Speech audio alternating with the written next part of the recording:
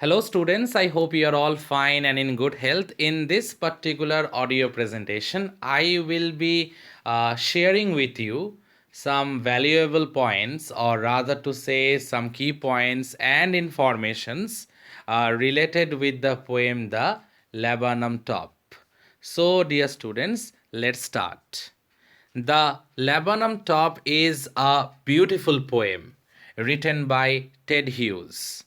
And as I already told you all earlier, that Ted Hughes celebrated life, nature, and motherhood in this poem, The Laburnum Top. In this poem, the poet has used the laburnum tree and goldfinches as a symbol of life and its fluctuations. He describes the visiting of goldfinches on the laburnum tree and how she has made a nest on it. The mother goldfinch had made a nest on top of the laburnum tree. When the goldfinches have chicks, it brings alive the tree as the chicks start to rustle and chirp. We find that for most part of the day, it is the laburnum tree that remains silent and still. But there is a euphoric excitement that can be noticeable in case of the laburnum tree with the arrival of the mother goldfinch. And with the arrival of the mother goldfinch, all of a sudden there is a bit of hustle and bustle that goes on in the tree, particularly in the laburnum top. There is a bit of twittering and chitterings that can be seen also. And again, the laburnum tree subsides to silence and stillness with the departure of the goldfinch bird. Again, at the very end, the death like silence of the laburnum tree prevails once again.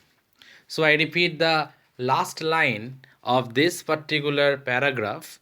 When the goldfinches have chicks, it brings alive the tree, because basically the tree remains in death like silence as the chicks start to rustle and chirp. Now, some important key points related with the poem The Laburnum Top. Hughes is trying to convey the message that life is a process of exchange and transformation. And we find that the goldfinch bird plays a very pivotal role, plays a very prominent role in the process of exchange and transformation also. It transforms the tree from a death like silence to activity, to a hive of activity, we can say. And it helps in the exchange of energy. It gives vigor, vitality, not only to the tree, but also to the baby birds or baby chicks, we can say. People are alive because they undergo exchange of energy, and obviously here the main person behind the exchange of energy in case of the laburnum tree and also in case of the young birds is definitely the mother goldfinch. The goldfinches transform the tree and make it alive. Without the goldfinches and the chicks, the laburnum is just another tree. Without the goldfinch and the baby birds of the mother goldfinch, the laburnum is just another tree. So it is because of the goldfinch and her baby birds, the laburnum tree comes to life. The poem examines and articulates the interrelationship between soul and body through common symbols of bird and tree. Interrelationship between the soul and the body is established through common symbols of bird and tree. Through the body and the soul can, though the body and the soul can be separate entities, they are absolutely complementary to each other. one without the other is incomplete. This is the philosophical truth, my dear students. The body and the soul can be separate entities. They are absolutely complementary to each other. Now, one without the other is practically incomplete. It is in the interaction between the two, that is the body and the soul, lies the real beauty, lies the real vigor and perfection of existence. Now, dear students, basically the Laburnum Top is a poem that shows the states of existence both in the separation of the body and soul, that is highly noticeable in the beginning and at the end of the poem, and the middle of the poem there is the union, and that union it is felicitated by the mother goldfinch, who arrives at the appointed time each and every day to bring some food and provide some nourishment, some healthy nourishment for her young chicks or for her baby birds.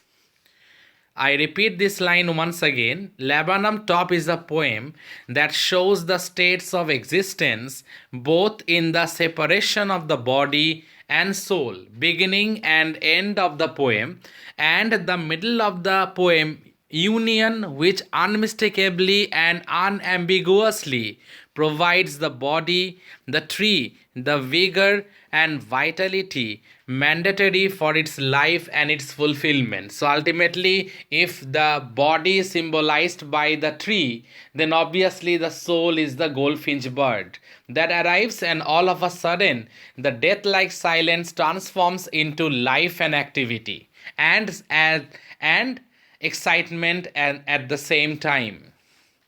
There is an imagery of life and sustenance which is transported through the mother goldfinch to her young ones.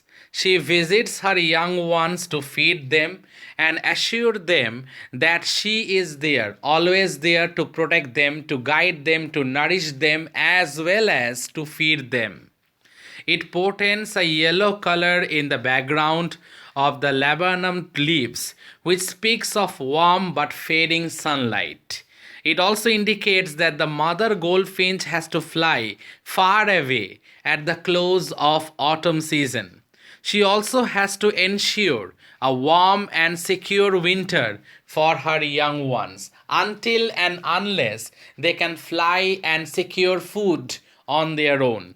Until and unless that time comes, it is the mother goldfinch finches rather to say topmost priority to protect her baby birds and also to ensure a warm and secure environment for their safe habitation and for their growth process. The laburnum tree symbolizes ultimately the pattern of human life in general. Life is seemingly dull, pathetic, monotonous, and inanimate. But it is the attitude of a person, how he or she approaches towards life in general, that ultimately makes it worthy, ultimately makes it meaningful. The goldfinch brings cheer, happiness to the simple and inanimate surroundings. Its happiness is very much infectious and all encompassing. So, the happiness that was spread by the goldfinch, or rather to say by the mother goldfinch, is very much infectious and all encompassing. Now, dear students, I am moving on to some important words that we find in this poem. Now, the first one is laburnum. Now, laburnum is actually popularly known as the golden chain tree, a commonly found tree with golden flowers that hang in bunches. Laburnum top, it is the top of the laburnum tree, its highest branches.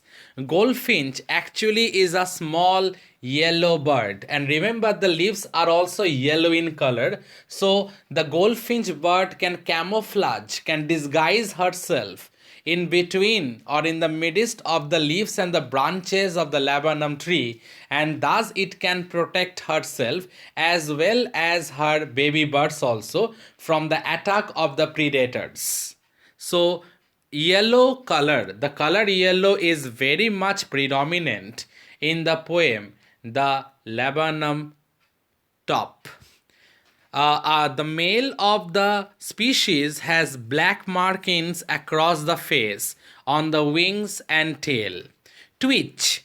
Twitch actually, dear students, it means small, often involuntary movement of a body part. Chirrup, it is an onomatopoeia or onomatopoeic word, that is a poetic device. Onomatopoeia is a poetic device that is related with sound quality, or something that is related with sound. Basically, onomatopoeia is found in poems. So, let me continue. An onomatopoeic word capturing the sound made by a bird. Startlement, it is something that is related with when one is very much shocked, or it is something that is related with amazement. A sudden unexpected action which causes surprise. Next one is sleek. Sleek means smooth. In the context of the poem, it could imply a quick movement without much disruption. Abrupt, dear students, it means sudden or unexpected. Chittering is another onomatopoeic word capturing bird sounds. Tremor means to shake or shiver. Trillings is another onomatopoeic word capturing bird sounds. Stokes, literally it means to add fuel. But in the context of the poem, the goldfinch, the mother goldfinch, acts as the engine of her family, and the baby birds are the machines. So it is the goldfinch that feeds its family, providing the fuel, that is nutrition, that the machine means the bird's family, ultimately needs to be energetic, full of life and vigor. Flirts, it means in the context of the poem, it means to move abruptly or jerkily with light steps. Airy means something that is strange in a frightening or mysterious way. Infinite, in the context of the poem, it means the sky. Launches means flies. Subsides, ultimately it means reduces in intensity or returns. Now, subsides to voidness or emptiness or silence, that we can refer to the laburnum tree after the goldfinch bird soars high into the sky. That means when the goldfinch arrives, it became a buzz of activity. With the departure of the goldfinch, once again, it subsides to voidness or emptiness, or rather to say, it subsides to silence. So, dear students, please go through this audio presentation. And if there is any doubt, any confusion in your mind, kindly let me know about it. Thank you, students. Thank you all.